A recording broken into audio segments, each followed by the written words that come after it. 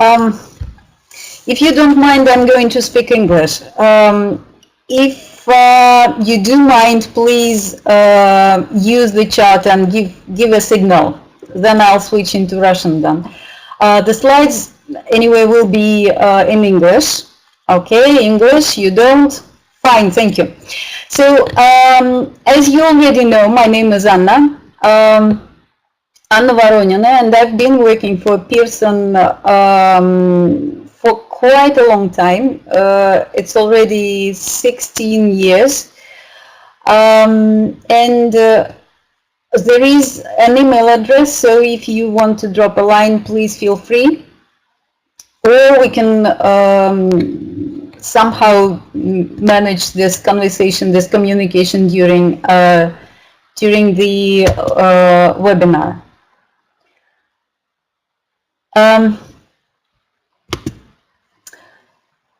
So the main topic for today's meeting is teaching English cross-culturally. By the way, I think it's one of the most important topics in today's teaching English. And definitely it depends on changing and changes in the world. So the world is changing, and these changes influence quite a lot of things. First of all, it changes language, and we all know that language any language gets changes in 15 years, so we've got new language in 15 years. We communicate differently, and one more thing, culture is changing as well because of changing of the world. So culture in today's communication. I mean communication during this session, first of all. So when we speak or listen to each other, first of all, we have particular reasons for that. We want to find out something, we want to say something, to send a message. We need to know who we communicate with. And keeping in mind you all participating in this workshop, can you just drop a small line saying what kind of students you teach? Is it primary school children or secondary school children or students in the university? Probably you private tutoring, different ages, so any information about yourself. So secondary, adult, university, university students, tutoring, different ages, school children. Right, so actually we have quite a wide range of teachers, and I think it's really important for any kind of a teacher to keep in mind teaching culture and cross-cultural communication when we teach English. So we definitely need to know who we communicate with, and depending on that, we need to tune the style of the conversation to each other's style in order to understand each other. We have to decide about communication tools, and we have to agree on them. Today we'll have this chart which will help to somehow speak to each other, and you will write some notes, probably questions, and of course answers, because what I'm planning to do is to give a little bit of quizzes. It's nothing about testing. Hopefully it will be a little bit of fun, and we will somehow probably find out something new. Okay. So speaking about culture and cross-cultural teaching. We need to think of several questions and decide about the importance, the level of importance of culture for communication. The aims of this session will be to focus closely on the culture, what the culture is, speak about cultural values, beliefs and norms, means how we actually arrange our behavior in different societies and different groups of people, to look at ways of interacting and communicating effectively in different cultures and keeping in mind these differences. We will also think of identifying methods or mentioning methods which we use in teaching culture and developing tolerance in teaching English at different stages. And finally, we'll look through the useful resources, and I'm going to leave a short list of web addresses where you can get probably some interesting information for you. So let's start with reflection. How important is it to teach culture in the language classroom? And here I've got a list of statements, and we're going to work with these statements. So you just decide about the number. If you agree, if you totally agree, you give 1. Oksana, we haven't started yet, just a second. Just a little bit of explanation. So if you agree with the statement, you give 1, 2 for agreement, 3 for not being sure, 4 for disagreeing, and 5 for totally disagreeing.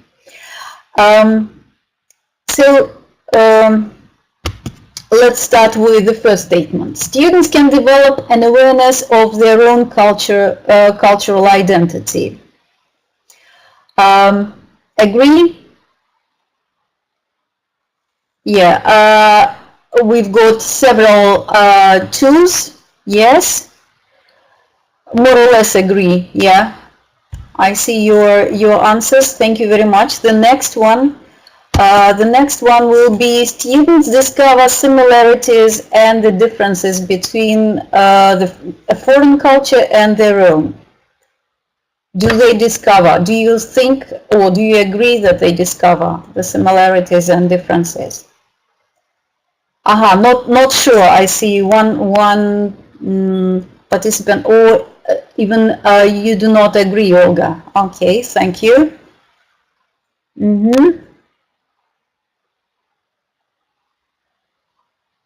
Depends on students. Well, I do agree, Oksana. Yeah, it always depends on students, on the level of their motivation and interest. Yes, that's right. Yeah. Let's have a look at the next statement. Intercultural activities are exciting for students. Are they?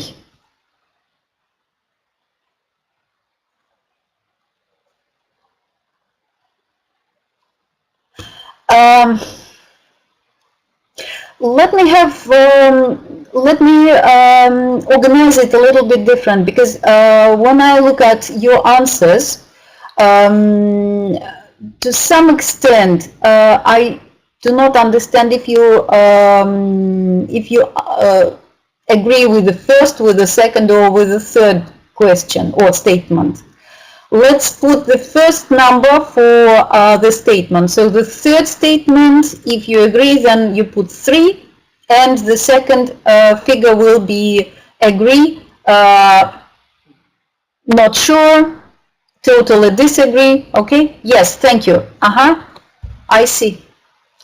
You got it, and I received your answers correct. Right, thank you very much, because it's easier than to continue.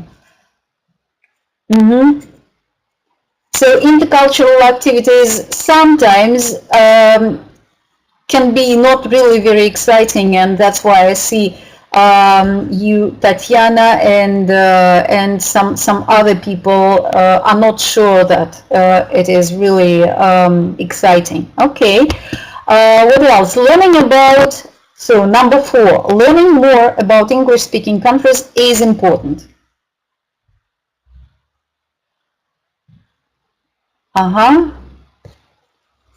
It is important. Okay, right. Thank you.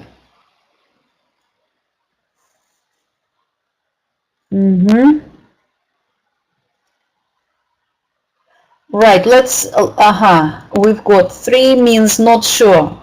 Probably learning about English-speaking countries is not that much important for some of teachers. That's fine. Different ideas, different opinions. Okay, number 5, independent thought is encouraged in these lessons.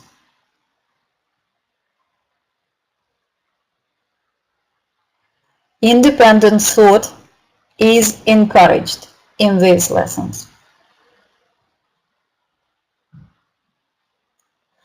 I honestly thought that this statement will show more disagreement. Yes, and we receive some of them. Yep. Number 6, students are curious about other cultures, but not about their own. 6. Students are curious about other cultures, but not about their own. More or less sure. No, not sure. Partly disagree. Yes, disputable. Yeah, Oksana, I do agree with you. It's quite disputable. Again, it depends on students. I think so. Right. Okay, we continue. Intercultural lessons need more preparation than traditional lessons. So the 7th statement. So you spend more time when you prepare intercultural lessons, right?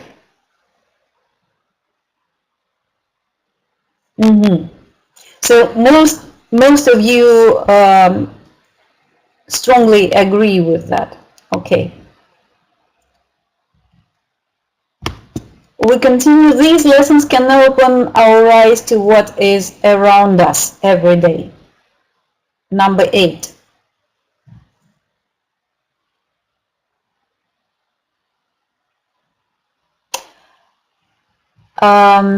Invite foreigners to present their culture. Well, I think later on we'll deal with what we actually teach when we speak about cross-cultural teaching. Is it only about culture or about the way people behave in different societies in different situations? So we've got, let's say, culture with capital C, and culture as behavior, as norms of behavior in the society. Thank you for your answers. We've got a little bit more. The most appropriate interaction type for intercultural lessons is group work. So that's 9th. So it's not a lecture. It's not a teacher-centered class. It's mostly group work where students can share their knowledge and experience.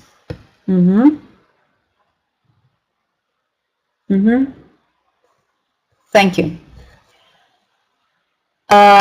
Next, a key element of intercultural learning is using what the students know.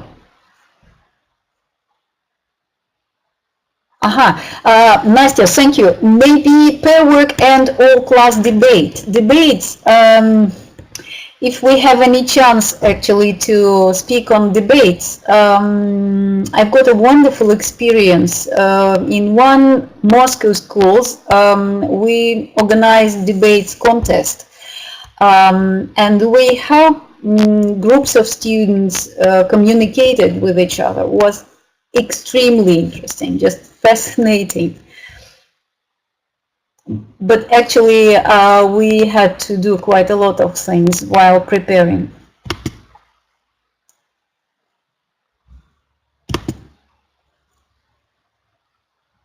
We continue. A lot of motivation in intercultural lessons. Excuse me, just a second. They know too little. Zoya, I think depends on the topic and the age. That's what I think. So a lot of motivation in intercultural lessons come from the students' own personal experiences.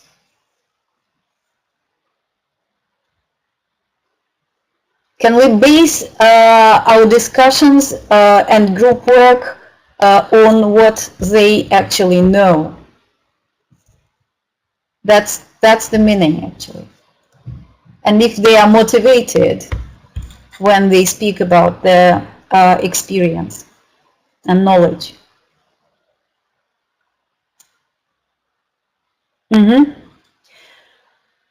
Right, thank you very much. So what is culture?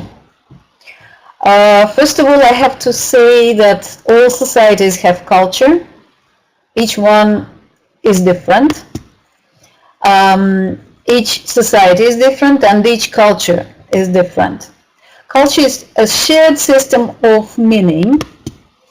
To interact effectively, we need to manage these cultural differences. Means we have to be careful and to teach our students to watch out, to see these differences and to tune the way we behave and communicate.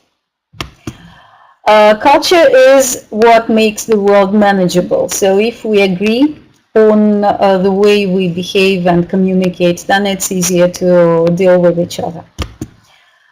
I decided to use the definition taken from Longman Dictionary of Contemporary English. I haven't mentioned, and I thought probably you know, without this comment, that Pearson used to be Longman previously, and dictionaries is what we are famous for, actually. The first book which was published in Longman was Longman Dictionary. I would say centuries ago already. So Longman Dictionary of Contemporary English gives us this definition. You can have a look and read what it says. So, first of all, in a society, the beliefs, way of life, art, and customs that are shared and accepted by people in a particular society, or if we speak about a group of people, the attitudes and beliefs about something that are shared by a particular group of people in a particular organization. This is what we find in this definition. So why do we need to teach culture? What do you think? Can you just drop a couple of words for the reasons you see really important?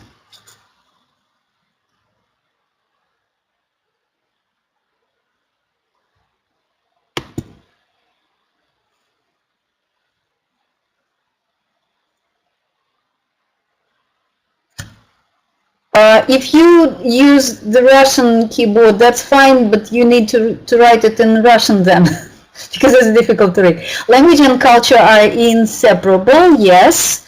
To understand the language better, to communicate effectively, I like this, thank you. To understand our own culture better and to feel more comfortable with other cultures. Language equals culture. To develop critical thinking skills. Well, critical thinking skills, they are very important. And if a person can analyze, compare, and then behave in appropriate way, then I think culture is in the place then. Language is a part of culture, yes. Thank you. Tolerance. Thank you for all your answers. To grow culture, social skills in people. Yes, we actually, we do not just teach English. That's absolutely right. To understand other people better, well, I would say understand ourselves better as well. Just to add to Irina's statement. To know more each other, manage well in the target culture, and understand one's own culture better. Thank you. So, to promote mutual understanding and tolerance, respect for identities and cultural diversity through more effective international communication. And another thing, to meet the needs of multilingual and multicultural society. Even if we live just in Russia, we deal with so many different cultures.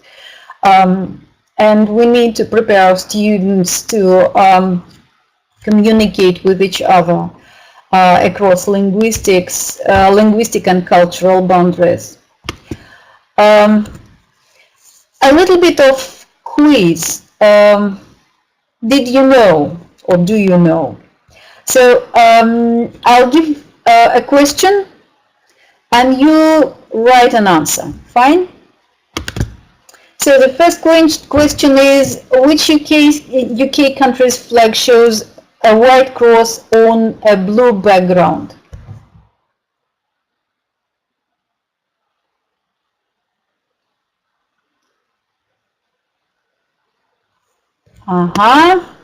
Scotland, thank you very much.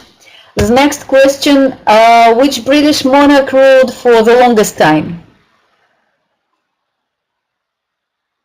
Victoria, thank you, Nastya. Thank you. That's right.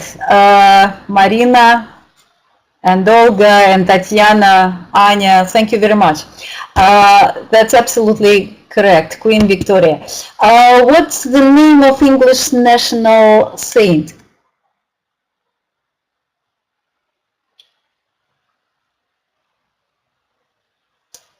Saint George. That's absolutely right. Those of you who write Saint George, you are absolutely correct. Next question: what nationality was George Bernard Shaw?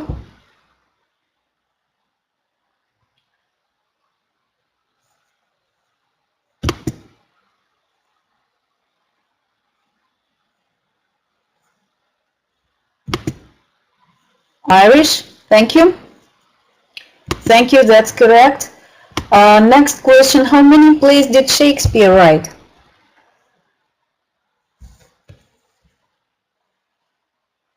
37. That's absolutely correct. 37 plays.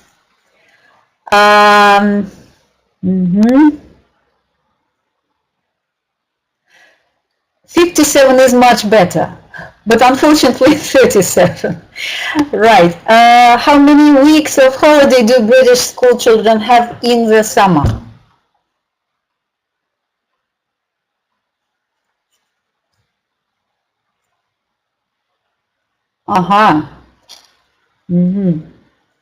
They definitely must be jealous about the number of weeks our kids have.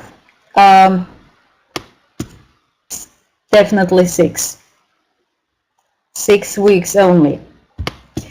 What do letters SMS stand for in English?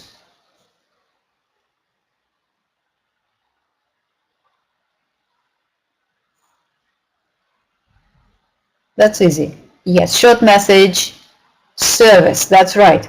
Right, Yekaterina. That's right. Thank you. That's short message service. Okay.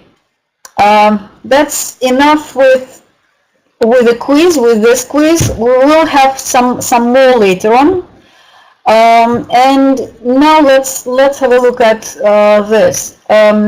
We definitely need to understand, to perceive ourselves as a cultural construct, and we all are unique in some ways, and we all, in some ways, we are like anyone else, and we are culturally constructed. Our values and perceptions form a pattern.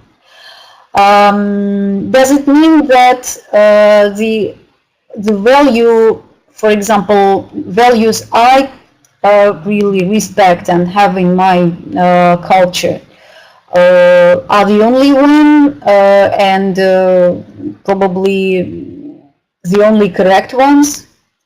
Of course not. They are arbitrary. So let's think of ourselves. We need to think of, for example, one characteristic that makes people good, and their values. One thing which is true about the world, your understanding of the world. And this is actually belief. And one more thing, one way you expect students to behave in your classroom, depending on their age, but still, the way you expect your students to behave in the classroom. And that's what we call norms. So these three things are very important: values, beliefs, and norms. And they actually help to organize the whole life. So values are ideas about right and wrong, better and worse, good and bad. Beliefs are ideas that help people, that people assume are true about the world. This is the way how we think, or what we think about the world. And norms are shared expectations of appropriate behavior. And norms arise from beliefs and values.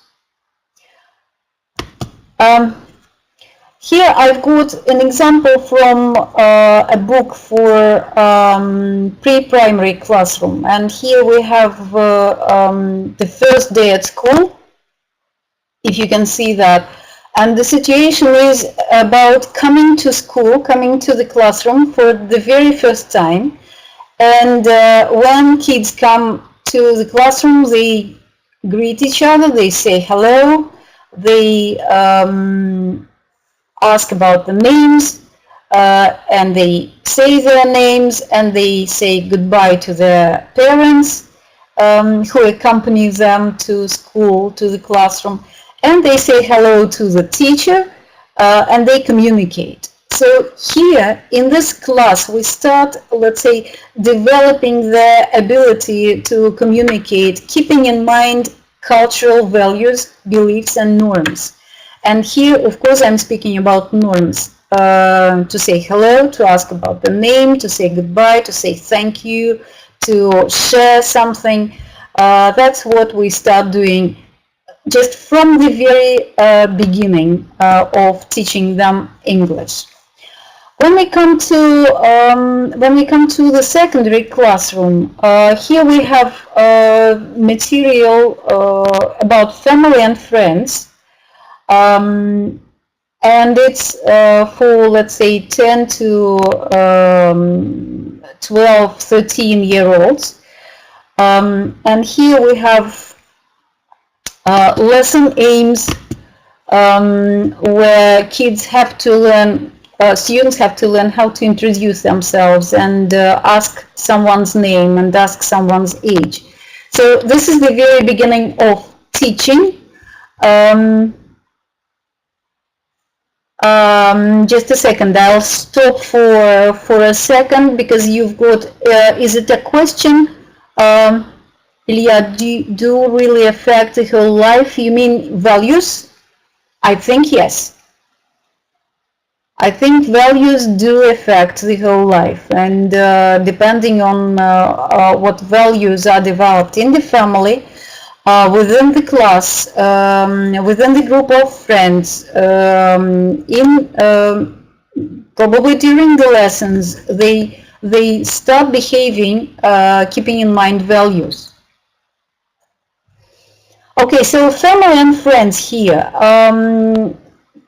We always have to be careful about the material which we give to our students, because if we teach English for communication, thank you, Leah, got it.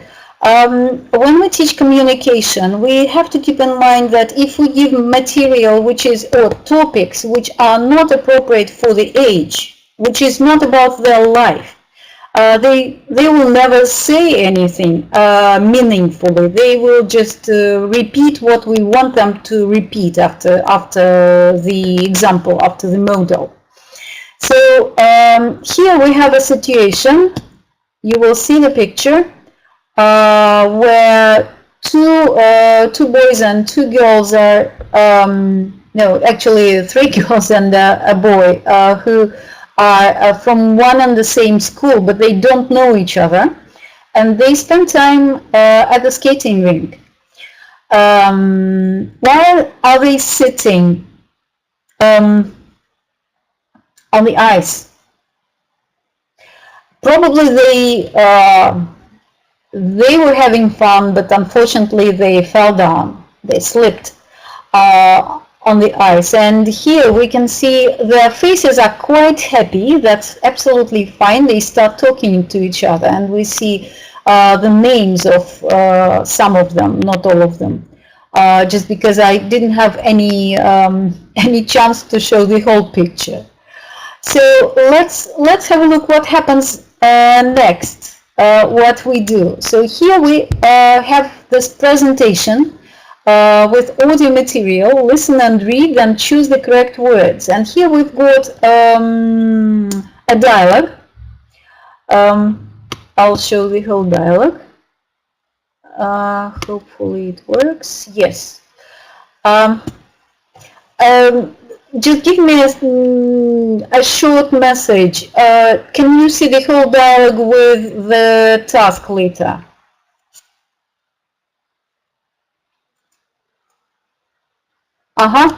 Right, thank you. If one person sees it, means that everyone sees it. Look, here we've got presenting the model of a conversation, of communication. Listen and read, choose the correct word. So it means that the text is written with extra, so they have to listen carefully and to identify which word is given here. So here we've got, oh sorry, are you okay? Yes, no problem. So it's quite a natural dialogue here. So they start this conversation and they listen and repeat the dialogue, and they practice everyday English, how they actually behave, what phrases they use when they communicate to each other. Even if they are all on the ice, you can see the picture, and probably they don't feel really okay, but still they say sorry, they say no problem, yes, no problem, and then they continue the conversation. So this conversation is given, well, phrases which they need to practice later on are given, and after presentation they'll definitely have quite a lot of practice. And the last stage of this work is, of course, in personalization of this language. So when they start speaking about themselves, using their own life situations, using this language becomes theirs. It becomes their inner language system. So they can remember it much better. So let's have a look at the whole process, how it works, how we teach culture when we teach language. So first of all, we want them to identify, and here in identifying stage, we speak about differences and similarities. So they, when we work with such a situation which I've mentioned, at the skating rink, they talk to each other. They see this situation and they compare with their own situations. If they have the same experience or similar experience. So identifying is the first stage, and they identify differences and similarities. Then it comes the second stage, understanding, if it is different or similar. Explain the form, content, significance of salient differences, if there are any. Next stage is coping, reacting appropriately to differences. Because sometimes emotional situations can lead us to a wrong direction. So we need to cope with the difference and react appropriately to that. The next stage, managing. Work with differences proactively to produce mutual satisfactory outcomes. Then we come to integrating, adding elements of difference into own operating paradigms. So this is the whole process, divided into stages in cross-cultural learning. So, of course, depending on the age, in the primary it will be much shorter because their experience is not that big. So they will, of course, they will compare, and they will find differences, but still probably not that many. So here I've got an example of identifying differences and similarities in the primary course book. Here we have Why the World, and the topic is birthdays, a birthday party. And here we have the text, a short text with the task to read and trace different words given there. So we've got 5 pictures, and this is the story about Kim. She has birthday party, and we can look at pictures and read the text. So here the first picture says, "Look at my birthday cake. And kids count the candles on the birthday cake, and they have to trace the word 7. Hello, my name is Kim. It's my birthday today. Look at my balloons. My favorite colors are pink and purple." So again, children will find favorite colors and write these words in the text. Then you can see the picture of presents. So she counts 1, 2, 3, 4, 5, 6 presents from friends, and they sing happy birthday song to her. So when our Russian kids in our classrooms they see such material, of course they will compare with their own birthday parties, and they will think of different situations connected to this topic. So we continue with this material in the following way.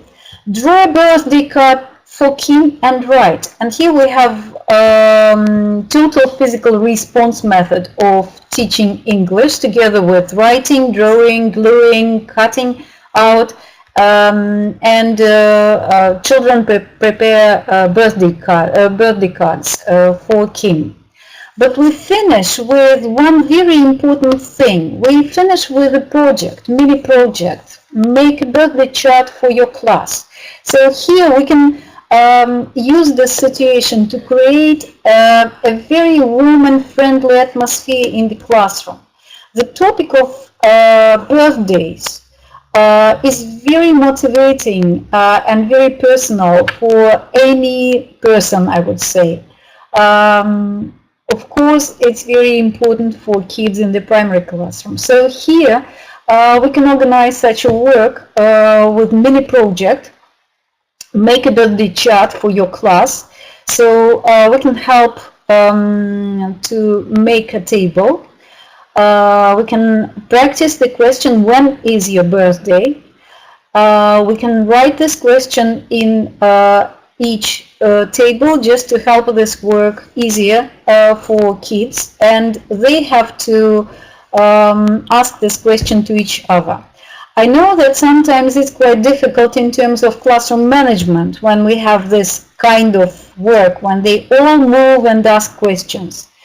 I think we can somehow manage it. For example, we can divide the whole group into pairs, saying A and B, or cats and dogs, or yellow and red, whatever.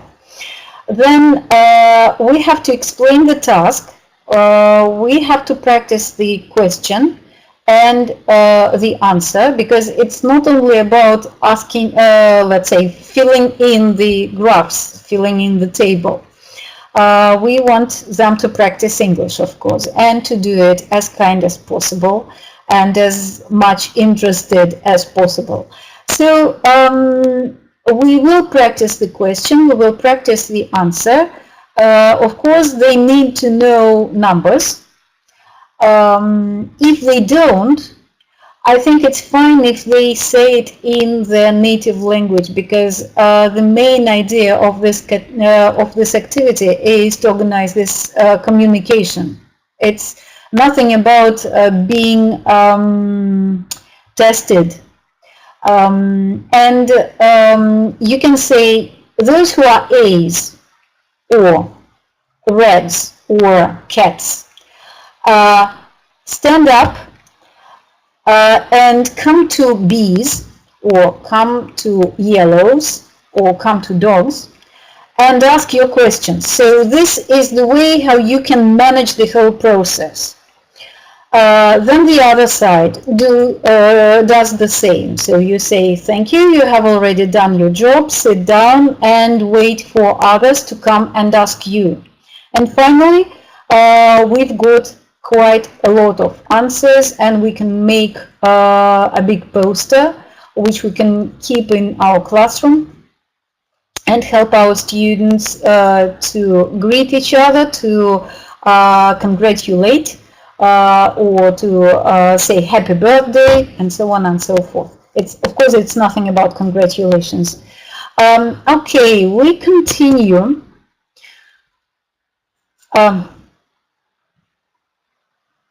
It's interesting. I don't know what happens. My presentation disappeared. Finally, right. Thanks God it works. Here we have a little bit of cultural material in the end of the same course book, and they can deal with festivals.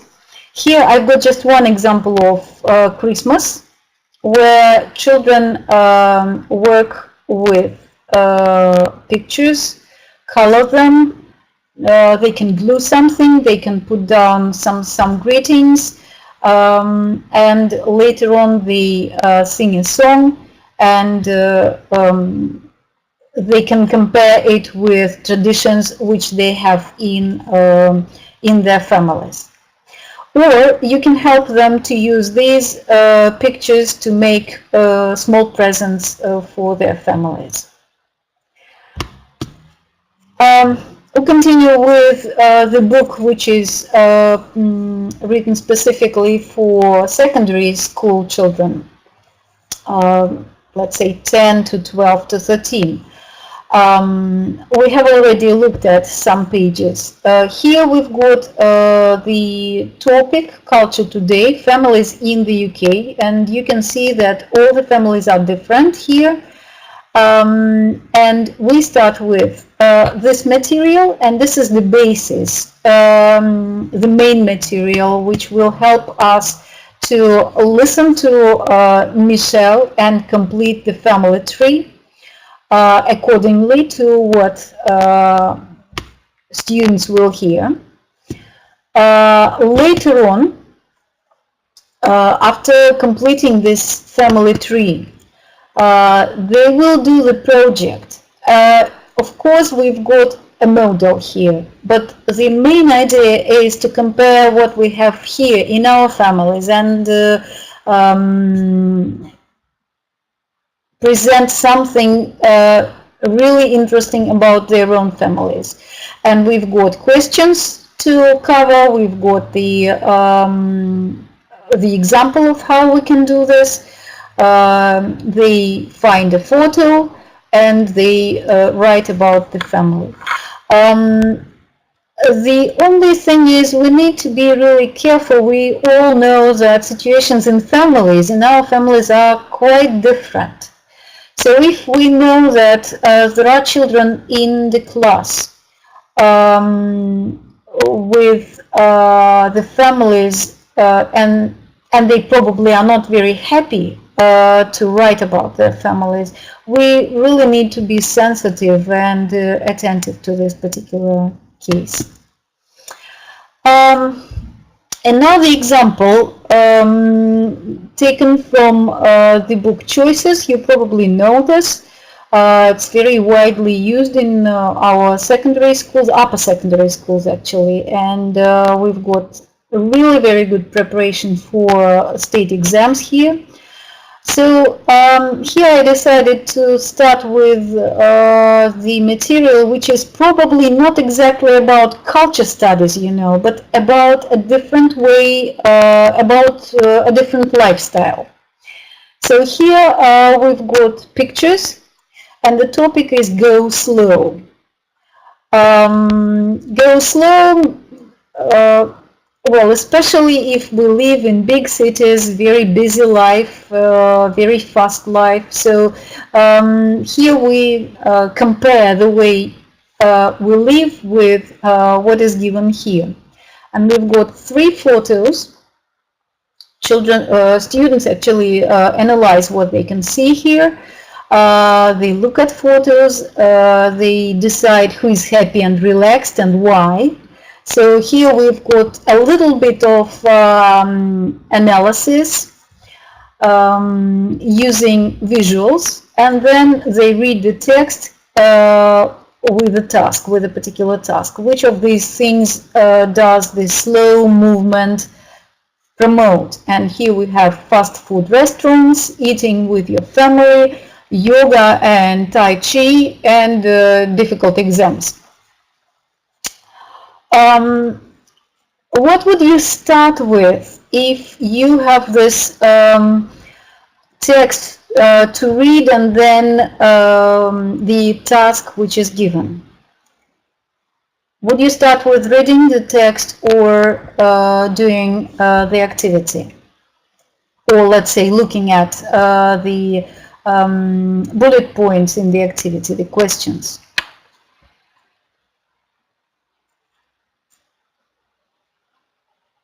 Hello, are you here? Or I'm the only one speaking? Okay, yes, right, thank you. Ekaterina says activities. Well, I would agree with those who think that activities, it's a very important point to start looking first at the activity, because when they first go through the points which are given here, fast food restaurants, eating with your family, yoga and Tai Chi, and difficult exams. It's definitely a kind of pre-reading. Well, look at photos. Yes, we do look at photos first, and then we can start reading. But actually, what I would do first, I would look at bullet points, because when they first look at these bullet points, it means that their reading will be much more concentrated on the particular tasks and questions. So they have to look through the bullet points, and then they start reading, and then they answer, do you think the slow movement is a good idea? Why and why not? It's always a choice. By the way, the book is called Choices, so it's always a choice. There are no right or wrong answers, so students are given this chance to think and to analyze and give their opinion. So this is just a little bit of warm-up.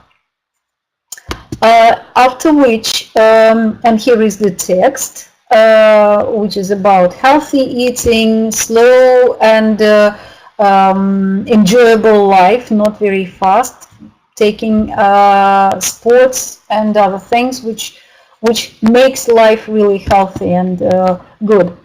But actually, this lesson is focused on grammar teaching. And here we have present simple and continuous. And we've got the task, read the present simple sentences from the text and match them with the uses. So they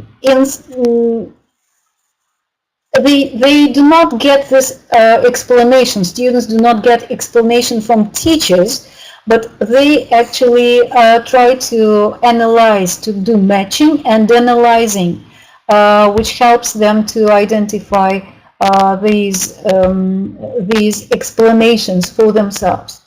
Then read the present continuous sentences, one, two from the text, and match them with the uses again. And then they come to practice language choice 4, matching sentences with contexts. Just to practice as much as possible before they come to the stage of completing the dialogues, listening to the dialogues, and then understanding how they can arrange their talk on their mobiles. So it's on one hand it's about grammar, on the other hand it's about using this grammar culturally correct, because it's not just about language. Of course, it's about language and culture. So they talk, they listen to 3 telephone conversations, and then they work in pairs, and then they use clues to make their own mobile conversations using present continuous tense. And they listen to different dialogues, work in pairs again, and use expressions, because we want them to practice more language here. And then the final question or the final task in this class is, how slow is your partner's life? Tell the class. So after they have discussed with the partner something, the feedback comes from a student, and the student actually shows the whole picture which he or she received from the partner. It's not just I will tell you what I told my partner. It's about what I found out from my partner, using grammar, using correct, culturally correct way of presenting. Okay, so what can be used for British studies? It's now about this particular part. It's not about the culture of behavior and using language for communication, for correct communication. Of course, we've got quite a lot of good material, interesting material, motivating material in different course books. We've got culture-related books, we've got different videos, and I would like to mention one more important thing, Longman Dictionary of English Language and Culture. Here it is. Probably there are some participants who actually know about this dictionary and probably use it. I would proudly say that it was my first salary in this publishing house, because when I helped people from Longman at the conference and they asked me what I would like to get, and I said I would love to have this dictionary as a salary for my help. It's a wonderful dictionary which gives quite a lot of interesting material. So dictionary of English language and culture. It's not about just culture.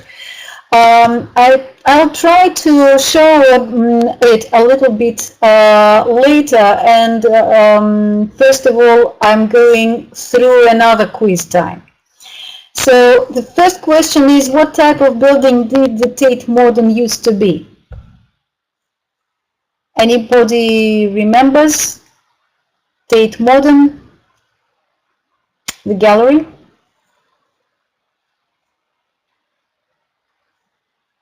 Hello?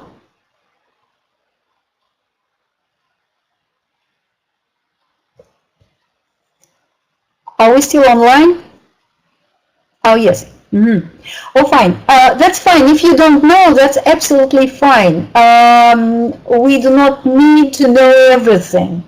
And again, the questions for this quiz I took from, well, I based on the material taken from this dictionary, Longman Dictionary of English Language and Culture. So the answer is that it used to be a power station before it became the Tate Modern. The next question, what are the names of two houses which are collectively known as the House or the Houses of Parliament? A little bit easier, probably.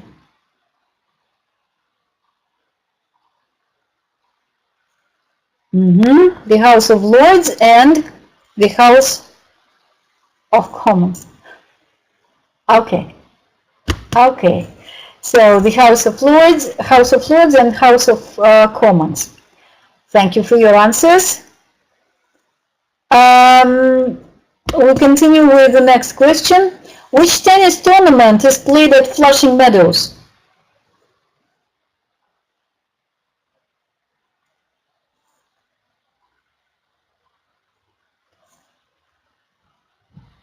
Wimbledon? No. No. It's actually US Open. The next question, which London Bridge is the Wibbly Wobbly Bridge an informal name for? So which London Bridge is called Wibbly Wobbly Bridge? Unofficially, informally. Millennium Bridge, that's absolutely correct answer. Thank you, Ekaterina. Any information about this bridge, why it was called the Wibbly Wobbly Bridge?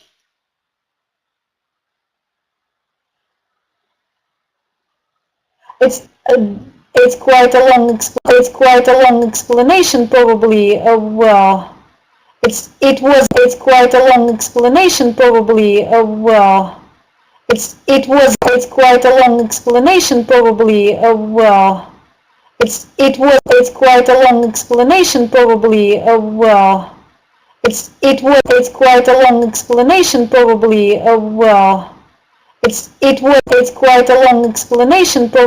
Well, it's quite a long explanation, probably. Well, it's quite a long explanation, probably. Well, it's quite a long explanation, probably. Well, it's quite a long explanation, probably. Well, it's quite a long explanation, probably. Well, it's quite a long explanation, probably. Well, it's quite a long explanation, probably. Well, it's quite a long explanation, probably. Well,